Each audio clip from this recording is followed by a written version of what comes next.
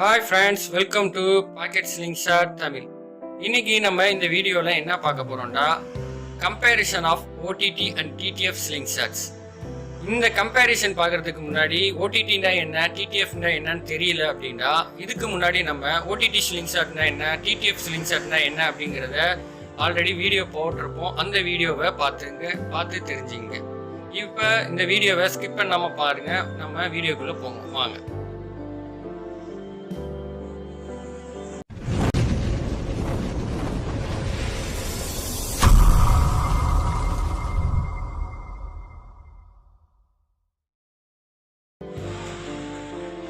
Comparison of OTT and TTF ஸ்லிங்ஷாட்ஸ்.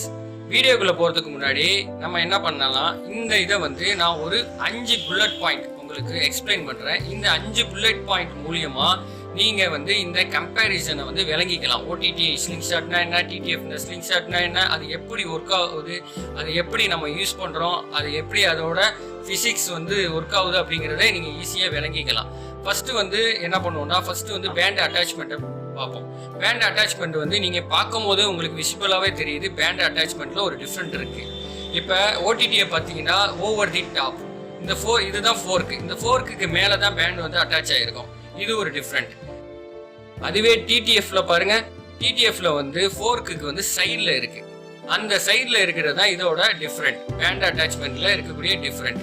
அதனால் ஓடிடிக்கும் டிடிஎஃப்க்கும் எப்பயும் pant attach பண்ணுறதுல ஒரு டிஃப்ரெண்ட் இருக்குது. அடுத்தது செகண்ட் பாயிண்ட் என்னன்னு சொன்னால் ஏமிங்கை பொறுத்த வரைக்கும் இது பிகினருக்கு ரொம்ப ரொம்ப ஈஸி. ஓடிடி தான் ஈஸியாக நீங்கள் ஸ்லிங்ஷாட் இதுக்கு முன்னாடி நீங்கள் யூஸே பண்ணனா கூட இந்த ஓடிடி ஸ்லிங்ஷாட்டை யூஸ் பண்ணி ஈஸியாக நீங்களும் எக்ஸ்பீரியன்ஸான ஒரு ஸ்லிங்ஷாட் ஆகிடலாம். டிடிஎஃப்பை பொறுத்த வரைக்கும் நீங்கள் ஓடிடியில் நல்ல எக்ஸ்பீரியன்ஸ் ஆன பிறகு தான் டிடிஎஃப்க்கு நீங்கள் வர முடியும். அப்போ தான் இதில் உங்களால் அந்த அச்சீவ்மெண்ட்டை கொண்டு வர முடியும். அதுக்காக இதை நீங்கள் யூஸ் பண்ணுறதுக்கு உங்களுக்கு நல்ல எக்ஸ்பீரியன்ஸ் தேவை, நிறைய ப்ராக்டிஸ் பண்ண வேண்டியது இருக்கும். Next third point accuracy. அக்யூரேசியை பொறுத்த வரைக்கும் இந்த ஓடிடியில் ஈஸியாக நீங்கள் அக்யூரேசியை அச்சீவ் பண்ணிடலாம். ஆனால் டிடிஎஃப்லேயும் நீங்கள் அச்சீவ் பண்ணலாம். ஆனால் ஓடிடியில் எக்ஸ்பீரியன்ஸ் ஆகி இருந்தால் மட்டும்தான் டிடிஎஃப்ல நீங்கள் அந்த அக்யூரேசியை அச்சீவ் பண்ண முடியும். நீங்கள் புதுசாக நீங்கள் ஹேண்டில் பண்ணுறீங்கன்னா டிடிஎஃப்பை உங்களால் அக்யூரேசியை உடனே கொண்டு வர முடியாது. Next fourth point hand slap. Hand ஸ்லாப்னா என்னன்னு உங்களுக்கே தெரியும். இதுக்கும் நம்ம தனிப்பட்ட ஒரு வீடியோ போட்டிருக்கோம், ஹேண்ட் ஸ்லாப்னா என்னன்னு சொல்லிட்டு, அதை நீங்கள் பார்த்துங்க. ஹேண்ட் ஸ்லாப் பொறுத்த வரைக்கும் நம்ம அம்மு பவுச்லேருந்து ரிலீஸ் ஆகக்கூடிய அம்மு சம்டைம் நம்மளோட ஹேண்டில் அடிக்க வாய்ப்பு இருக்குது. அது இந்த ஹேண்ட் ஸ்லாப் ஓடிடியில் அதிகமாக இருக்குது. ஆனால் டிடிஎஃப்ல ரொம்ப கம்மி. Next fork hits.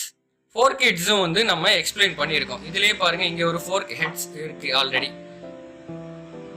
என்னன்னு சொன்னா ஓடிடியில் ஃபோர்க் ஹிட்ஸ் வாய்ப்பு இருக்கு. ஆனா டிடிஎஃப்ல கரெக்டா நீங்க அம்முவை ரிலீஸ் பண்ணீங்கன்னா ஃபோர்க் ஹிட்ஸ் ரொம்ப கம்மியா தான் விடும். ஏண்டா ஹேண்ட் ஸ்லாப்பும் சரி ஃபோர்க் ஹிட்ஸும் சரி லுக் லைக் சேம் தான். ஏன்னா ஹேண்டில் பட போகுது, இல்லை ஸ்லிங்ஷாட் ஃப்ரேமில் பட போகுது, ஹேண்டில் பட போகுது, இல்லை இதில் பட போகுது, ஃபோர்க் ஹிட்ஸில் பட போகுது. காரணம் என்னன்னு சொன்னால் நம்ம பவுச்சிலேருந்து ரிலீஸ் பண்ணக்கூடிய அம்மு தான். இதுக்கு ஃப்ரேமுக்கு மேலே தான் மேக்ஸிமம் அம்மு ட்ராவல் பண்ணோம்.